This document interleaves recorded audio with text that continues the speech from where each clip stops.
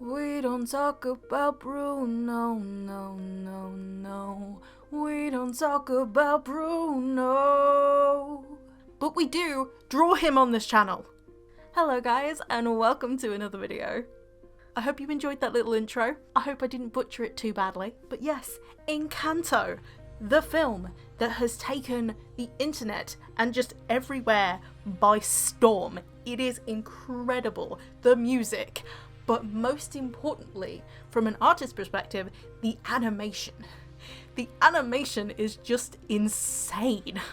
So I'm gonna be honest with you guys, I did not really think about making this into a YouTube video at first. I mainly selected the time-lapse option in Clip Studio Paint just for either TikTok or Instagram, but I thought why not put it on my YouTube channel as well. I also streamed this on YouTube, which has brought back a lot of memories in terms of streaming. Will I stream every week? Maybe, maybe not, it depends. Obviously at the moment I can only stream on weekends because I work during the week. I started sketching this during my break at work because I could not get the songs out of my head. I had to just put it down in a canvas. I was already working in Clip Studio Paint for my work anyway, so I just opened up a new canvas and started sketching Bruno. This is definitely one of those drawings that I had to do multiple sessions on, and actually took way longer than I thought it ever would. Because usually when I've done digital art, it usually gets done in like one sitting or like 2 sittings at the very most. But this piece was done over multiple days, multiple sessions. There was many edits and tweaks, and I definitely did get feedback, especially when I was streaming and people came in and suggested changes for me to make. I've definitely been doing a lot more digital art lately, and it shows. I think I'm improving with my digital art by miles at the moment. Or you could say, Flor de Mayo, by the mile. Encanto songs will forever be ingrained in my mind as quotes now. It's kind of like when somebody says just a theory, my mind instantly goes, a game theory. It can't help but fill in the blanks. But as I was saying, I think my artwork has gotten so much better digitally in the last few months, and that's down to one reason alone: my job. My job has forced me to actually learn more about Clip Studio Paint than I normally would never do on my own, and I have so much more knowledge of features of my art program in the last 3 months than I have had the entire time I've owned my art program. And that, I think, was either 2018 or 2019 I started using Clip Studio Paint, so it's been a long time. The amount of downloadable brushes that I've downloaded from the Clip Studio Paint asset store, I have a problem. It's like Sims custom content. So for this piece in particular, I actually downloaded some curly hair brushes because I knew I wanted a certain texture for Bruno's hair. So what I did was, during the sketching phase, I used those curly hair brushes just to get the texture there, and then on top of the sketch layer I went in my own style over the top for the line work. You'll probably be able to see it right at the start of the drawing, but this wasn't supposed to be as big a picture as it ended up being.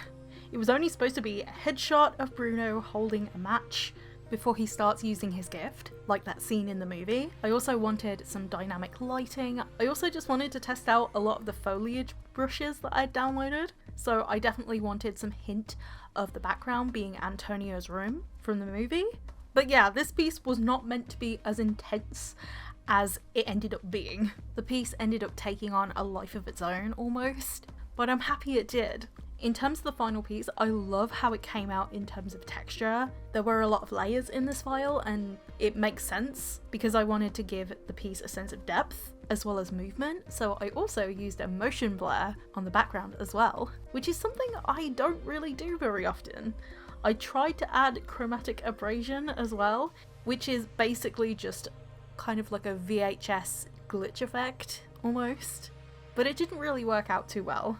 There's some styles it looks incredible on. I don't think my style is one of those styles that it works with. Chromatic abrasion is definitely an effect that works, I think, better with more digitally painted pieces and less line work because it almost sharpens everything up. I think if I was attempting to use chromatic abrasion again as an effect, I would probably only use it on the background and not the character itself. Something that has been on my mind about Clip Studio Paint lately is about upgrading to the EX version. I've had Clip Studio Paint for the last several years at this point. I think I got it in 2019. So for the pro version at the very least, it's definitely had its money's worth. Plus, Clip Studio Paint goes on sale a lot of the time anyway. But can I wait for those sales? We shall have to see.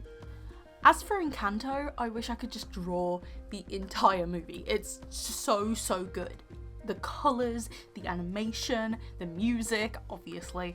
I'm obsessed. I just wish we had more time with each of the characters because I wanted to know more about Dolores, about Camilo, Pepper, Julieta, and even Bruno.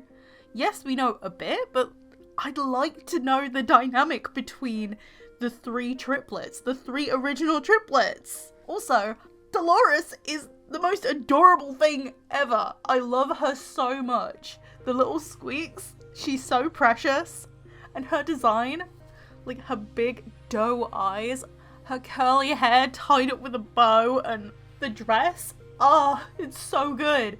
And the little sound waves on her outfit as well. I just love the little details. I'm obsessed with details in my own characters.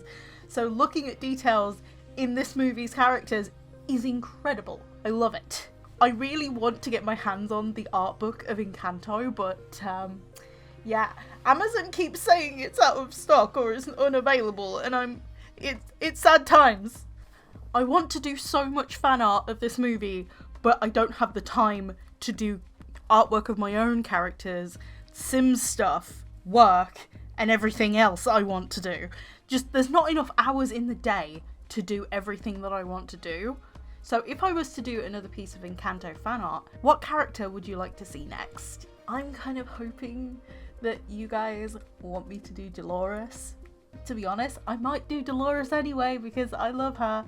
I'm sorry this video is literally just me gushing about Encanto, but I really did enjoy it and I highly recommend it if you haven't seen it already.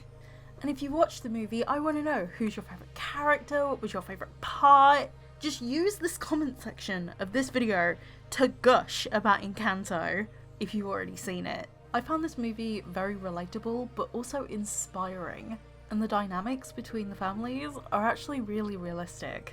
I personally relate to Isabella and Luisa, as I'm an older sister myself and I'm constantly holding it together, and also since I'm the oldest, I feel like I have to be the example. But I also relate to Mirabel because I feel like in my family I stick out like a sore thumb.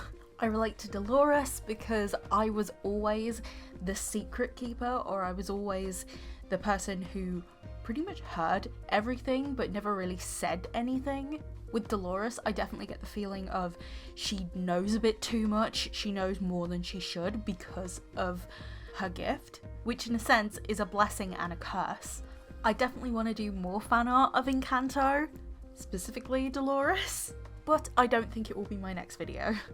But with that being said, I really hope you enjoyed this video and you liked the final piece, and I'll see you in my next video. Bye guys! 7-foot frame, rats along his back when he calls your name. It all fades to black when he sees your dreams, feasts on your screams. We don't talk about Bruno, no. We don't talk about Bruno.